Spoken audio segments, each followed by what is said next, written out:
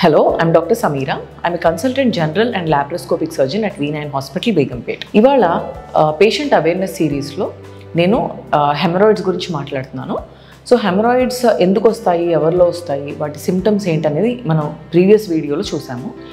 So haemorrhoids ట్రీట్మెంట్లో latest technologies ఏమున్నాయో ఇప్పుడు చూద్దాం.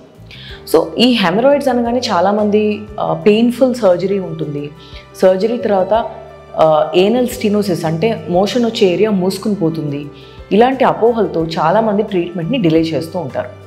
బట్ ఇవన్నీ ఓవర్కమ్ చేయడానికి there are latest methods of treatment of haemorrhoids.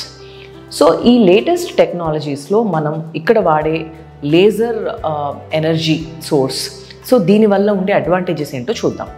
So లేజర్తో హెమరాయిడ్స్ని surgery చేసినప్పుడు హెమరాయిడ్స్ని యాక్చువల్గా సూచర్స్తో కుట్లు వేసి ఎక్సర్సైజ్ చేయకుండా లేజర్ ఎనర్జీతోనే వాటిని కంప్లీట్గా కొలాప్స్ అయ్యేటట్టుగా ట్రీట్ చేయడం కుదురుతుంది.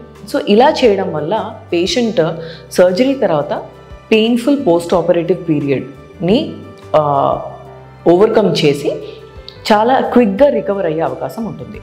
యూజువల్గా ఇలాంటి కేసెస్ డే కేర్ ప్రొసీజర్గా అంటే మార్నింగ్ టు ఈవినింగ్ అడ్మిషన్ చేసుకుని సర్జరీ చేసి అదే రోజు నైట్కి కానీ at the maximum next day మార్నింగ్కి కానీ పేషెంట్ని డిశ్చార్జ్ చేయగలిగే అవకాశం ఉంటుంది.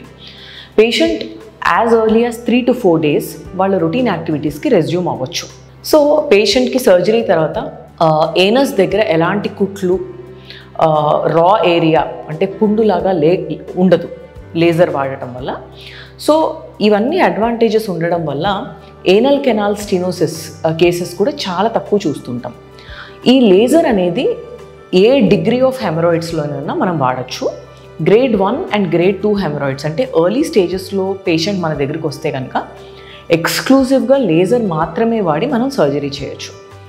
అదే గ్రేడ్ 3 and grade 4 అంటే కిందకి జారిపోయిన హెమరాయిడ్స్, బయటకి ప్రొట్రూడ్ అయ్యే హెమరాయిడ్స్లో కంబైన్డ్ టెక్నిక్ అంటే ఇంటర్నల్గా హెమరాయిడోపెక్సీ చేసి అట్లాగే లేజర్ కూడా వాడి సర్జరీ చేసే అవకాశం ఉంటుంది.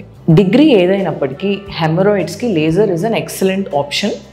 అండ్ ఇలా సర్జరీ చేసుకోవడం వల్ల పేషెంట్స్ ఎలాంటి మినిమల్ పెయిన్తో అండ్ మినిమల్ పోస్ట్ ఆపరేటివ్ కంప్లైంట్స్తో క్విక్గా రికవర్ అయ్యే అవకాశం ఉంటుంది. అలాగే కాన్స్టిపేషన్ అవాయిడ్ చేయడానికి ఏం చేయాలి అనేది మేము పేషెంట్కి ఎక్స్ప్లెయిన్ చేసి పంపిస్తాం కాబట్టి అవన్నీ కనుక ప్రాపర్గా అవన్నీ ఫాలో అయితే యూజువల్గా ఇలాంటి కేసెస్ చాలా లాంగ్ టర్మ్ రెమిషన్స్ ఉంటాయి. సో మళ్ళీ రాకుండా కూడా ట్రీట్ చేసే అవకాశం ఉంటుంది. So thank you.